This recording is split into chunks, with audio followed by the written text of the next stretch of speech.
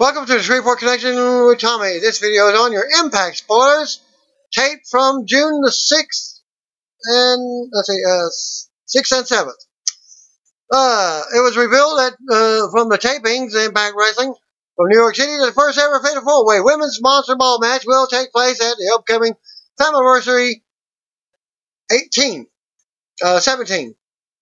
pay-per-view. The match will feature Impact Knockouts champion Taya Valkyrie defending her title against Havoc, Su Yung, and Rosemary. 17th Slammiversary pay-per-view will take place on July 7th. From Gilley's in Dallas, Texas, the venue is described as an unpretentious watering hole with a mechanical bull and a menu of burgers, barbecue, and sandwiches. No word yet on the seating capacity for the wrestling shows, but the venue hosts all sorts of events. Here's the current card for Slammiversary 17 Impact World Heavyweight Title match. Michael Elgin versus Brian Cage. Impact X Division Title match. Johnny Impact versus Rich Swann. By the way, Brian Cage is the champion for your Impact Heavyweight Title. Rich Swann is your X Division champion. Fatal 4-Way Monsters Ball for the Impact Titles match. Havoc versus Su Yung versus Rosemary versus Taya Valkyrie as champion.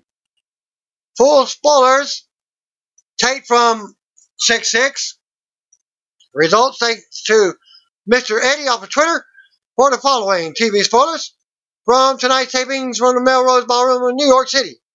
Rohit Raju defeated Sean Donovan in a match for Explosion.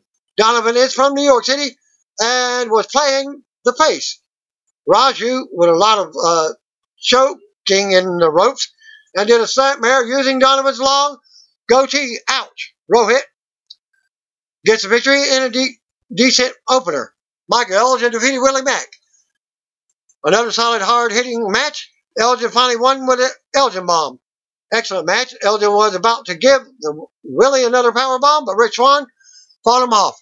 Johnny Impact arrived to help and took Rich out. Elgin and Johnny shook hands, but Elgin nailed Johnny with a German suplex. Elgin got a hold of Mac again, took him outside, and gave him another Elgin bomb. He then got back in the ring and put on Johnny's shades before leaving. The North defeated Rob Van Dam and Sabu after Moose came down and pulled RV outside. North used his distraction to hit a double neutralizer on Sabu to win. After the match, Moose is celebrated on the ramp. Tommy Dreamer appeared and threw him back in the ring. Sabu got a chair and put it in front of Moose's face, and RVD was going to hit the Van Terminator, but Moose managed to escape just in time. Havoc squashed a local enhancement talent. After the match, Father James Mitchell worked Mike and said he would use Havoc to get revenge on Su Yung. He said nothing will stop Havoc from becoming the champion of the Knockouts division. Desi Hit Squad was out next. This time, Gama gets a mic and trash talk New York City, saying there were no apple trees or anything else there. It's Raj Singh versus Cody Dealer with Cousin Jake. Lots of interference from Rohit, and Raj gets the surprising victory. It appears that the Desis are getting a bit of a push.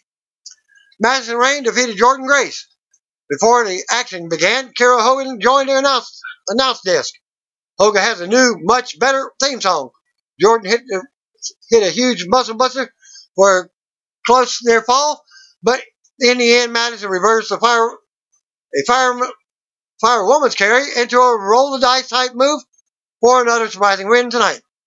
Killer Cross defeated the Sandman. Sandman used the kendo stick on Cross early, but Cross applied the cross jacket for the quick submission win. Who refused to let go of the hold, and Eddie Edwards made the save. He handed Sandman his kendo stick, and they celebrated with beers, poured a few to some fans, ECW style. Even the referee had a drink. Dez and Wentz defeated Trey. Dez and Wentz both pinned Trey at the same time. They were both announced as a winner. Don't say what type of match it was or whatever. Sawyer Fulton defeated Eddie Edwards after an assist from Killer Cross. Undeniable Tess. That's her name now. Undeniable Tessa Blanchard defeated Jake Chris with Sami Callihan. Jake got a lot of offense, including a big Death Valley driver for a near fall. Tessa won with a rope code breaker. The rest of OVE appeared after the match, and Sami is furious, smacking Jake around. Eddie Edwards arrived for some reason and fought with everyone, mostly with Madman Fulton. Fulton hit a big Uranagi on the edge of the ring and threw Edwards inside, and we have a match. Madman Fulton defeated Eddie Edwards. Fulton hit a massive clothesline, a choke slam early on.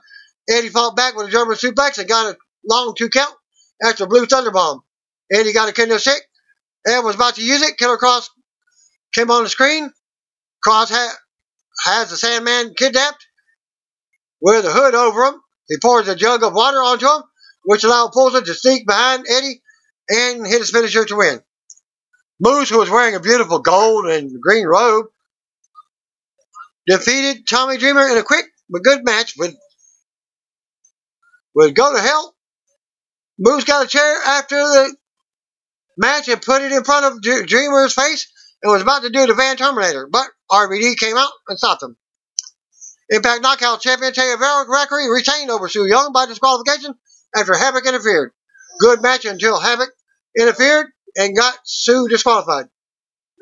Su was a bit upset at first. Father Mitchell got them to try and attack Taya, but Rosemary pulled Taya outside. James got a mic and proposed a fatal 4-way monster ball with Su Yung versus Havoc versus Rosemary versus Valkyrie with the title on the line. Ace Austin was out next. He plugs his t-shirt in the back that says that he's still unbeaten. He says he's the future and will be the X Division champion soon in his issues an open challenge. Out comes TJP. Not as manic or anybody else as himself. TJ Perkins. Won a very quick match in the homecoming. Doesn't say who Ace Austin. Impact X Division champion Rich Swann retained over Johnny Impact. And Michael Elgin in the triple threat main event. Elgin hit a huge double jumper suplex early on. Swann hit a top rope hurricanrana on Johnny. Landed onto Elgin. Swann with a 450 on Johnny from the middle rope. As Rich is celebrating, Elgin tried to sneak attack, but Swann super kicked him down. Johnny Bravo came down, had the ultimate X, and jabbed Rich in the stomach. Johnny got the X, and Elgin tried to take it, but Brian Cage's music hits.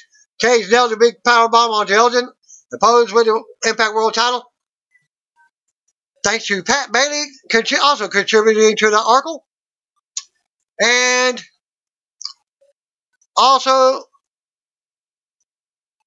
for take from the 7th, Impact returned to the Melrose Ballroom in New York City for night 2 of the tapings. All right, Jordan Grace defeated Masha Slamovich in a match for Explosion. Charles Mason defeated Sawyer Fulton with Sami Callihan in a match for Explosion. The Rascals defeated Impact Tag Team Champions, the LAX with Conan and the Laredo Kid. The North defeated the Diener family. Knockout champion Taya Valkyrie and Rosemary versus Havoc and Su Yung ended in no contest after the match fell apart. All 4 women brawl broke out as the referee called for the bell. Taya used a steel chair on Havoc while Rosemary brought a bag of thumbtacks. Havoc stopped Su Yung from getting tossed onto the tacks. Young accidentally kicked Havoc, and Havoc almost put Young onto the pile of tacks, but Father Mitchell ran down and got in between them. Rosemary and Taya broke up the talk, but had words between each other. Rosemary picked up Taya's title. Sami Callihan defeated Falaba with Scarlett Bordeaux in his corner. After the match, Sami blasted the Knockouts Revolution and called Tessa Blanchard to the ring to have words. Sami insulted Blanchard and said she wants to be treated like an equal.